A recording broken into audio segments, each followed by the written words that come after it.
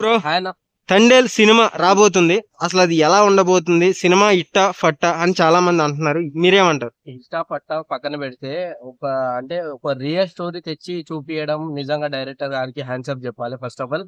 ఇంకోటి బార్డర్ పేరు ఎత్తిన తర్వాత నా ఫీజులు ఎగిరిపోయింది. అంటే ఇండియా పాకిస్తాన్ లవ్ స్టోరీ అర్థం కాలేదు నాకైతే.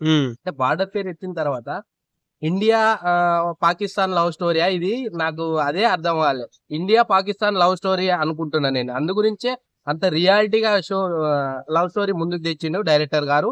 India Pakistan love story hit అవుతుంది 100%. అది అంటే అమ్మాయి పాకిస్తానా, అబ్బాయి పాకిస్తానా, ఇండియానా నాకు అర్థం కాలేదు అయితే. అంటే ఒక సస్పెన్స్ థ్రిల్ అనుకోవచ్చా? అదే సినిమా సస్పెన్స్ థ్రిల్లింగ్ గా అసలు ఆ బార్డర్ పేరు ఎద్దాం నా ఫీజులు ఎగిరిపోయినాయి. India Pakistan love story reality story తెచ్చి ఇక్కడ పెట్టిందంటే సూపర్ హిట్ అది. సో అదైతే పక్కా హిట్. బుజ్జి తల్లి పాట ఎలా అనిపించింది? బుజ్జి తల్లి పాట ఫీజులు ఎగిరిపోయినా అన్న. నిజంగా నేను లవ్ స్టోరీ అనుకున్నా గానీ తర్వాత బార్డర్ పేరు ఎత్తిన తర్వాత నాకు అక్కడ అర్థమైంది ఏంటంటే ఇండియా పాకిస్తాన్ లవ్ స్టోరీ ఇది. సో అదే అర్థమైంది. బుజ్జి తల్లి సాంగ్ మాత్రం గుండెలకు కనెక్ట్ అయిందన్న. అంత మంచి సాంగ్ ఇచ్చిండు. ఆ సాంగ్ ఇస్తే ఫీజులు ఎగిరిపోయినా. శివుడు సాంగ్ నేను చూడలే అన్న. సో ఇదైతే బుజ్జి తల్లి సాంగ్ మాత్రం ఎవ్రీడే ఒకసారి వింటా నేను. చాలా కనెక్ట్ అయింది, చాలా మంచిగా ఉంది సాంగ్. సో అది నాగ చైతన్య గారి యాక్టింగ్ స్కిల్స్ ఎలా ఉన్నాయి? చింపేసిండు ఈసారి అయితే. మామూలుగా కాదు ఆయన యాక్టింగ్, ఆయన బాడీ అసలు బట్టలు ఇప్పేసి రావడం నిజంగా నెక్స్ట్ లెవెల్ చేసిండు.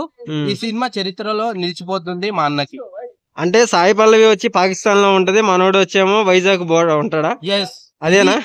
ఇది రియాలిటీ స్టోరీ. ఇది సాయి పల్లవి పాకిస్తాన్ లో ఉంటది, మనోడు ఇక్కడ ఉంటాడు. ఇక్కడ ఇండియా నుంచి పాకిస్తాన్ కి ఈ లవ్ స్టోరీ జరుగుతుంది.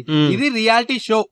సో అది అంటే కథ మాకు తెలుసు, కథ చెప్పేది సినిమా రిలీజ్ అవ్వలేదు కాబట్టి చెప్పకూడదు.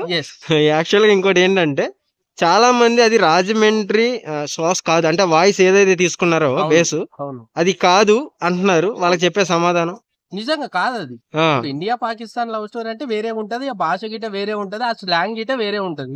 సో అది చూడాలి ఓవరాల్ గా సినిమా. మరి డైరెక్టర్ గారు ఇది రాజమండ్రి వాయిస్ మేము తీసుకున్నామని చెప్పడం జరిగింది కదా. ఆయన చెప్పింది కానీ మార్పులో కొద్దిగా అక్కడక్కడ తేడా వచ్చింది.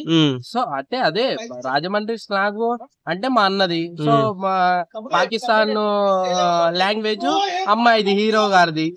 సో సాయి పల్లవిది. సో అట్లా సాయి పల్లవి దీంట్లో అసలు ఒక పాకిస్తాన్ వాయిస్ ఏది బేస్ తీసుకురాలేదు, ఒక వైజాగ్ వాయిస్ తీసుకొచ్చినట్టు ఉంది. మొత్తం సినిమా ఓవరాల్ గా చూస్తే మీకు స్లాంగ్ మొత్తం అర్థం అవుతుంది.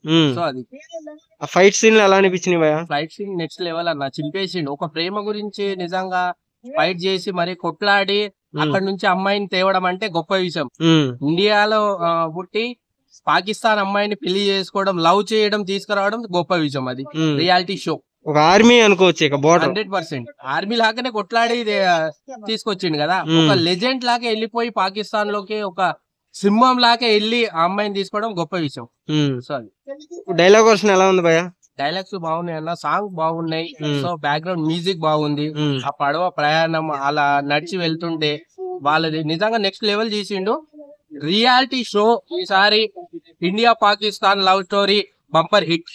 స్క్రీన్ ప్లే సూపర్ అన్న, అద్భుతంగా చించి పడేసిండు. బ్యాక్గ్రౌండ్ మ్యూజిక్ మొత్తం ఎవ్రీథింగ్ మొత్తం చించేసిండు అన్న ఈసారి. యాక్టింగ్ తో సహా సాయి పల్లవి, నాగ చైతన్య, డైరెక్టర్ గారు, అలాగే ఇండియా పాకిస్తాన్ లవ్ స్టోరీ చింపేసిండు ఈసారి. ఎంత కలెక్షన్ చేస్తుంది భయ్యా? కలెక్షన్ గురించి చెప్పాల్సిన అవసరం లేదు. ఇప్పుడు బ్రేక్ అంటుండ్రు. పుష్ప గిట బ్రేక్ కావచ్చు. సో ఆ విధంగా ఉండొచ్చు. ఇండియా పాకిస్తాన్ లవ్ స్టోరీ అంటే మామూలు విషయం కాదు కదా, అందరు చూడాల్సిందే కదా. ఇండియా అబ్బాయి వెళ్ళి పాకిస్తాన్ అమ్మాయిని తీసుకొచ్చిండంటే గొప్ప విషయం కదా, లవ్ చేసి మరి. సో అది పుష్ప బ్రేక్ చేయొచ్చు అనుకుంటున్నా. ఓకే, థ్యాంక్ యూ భయ్యా.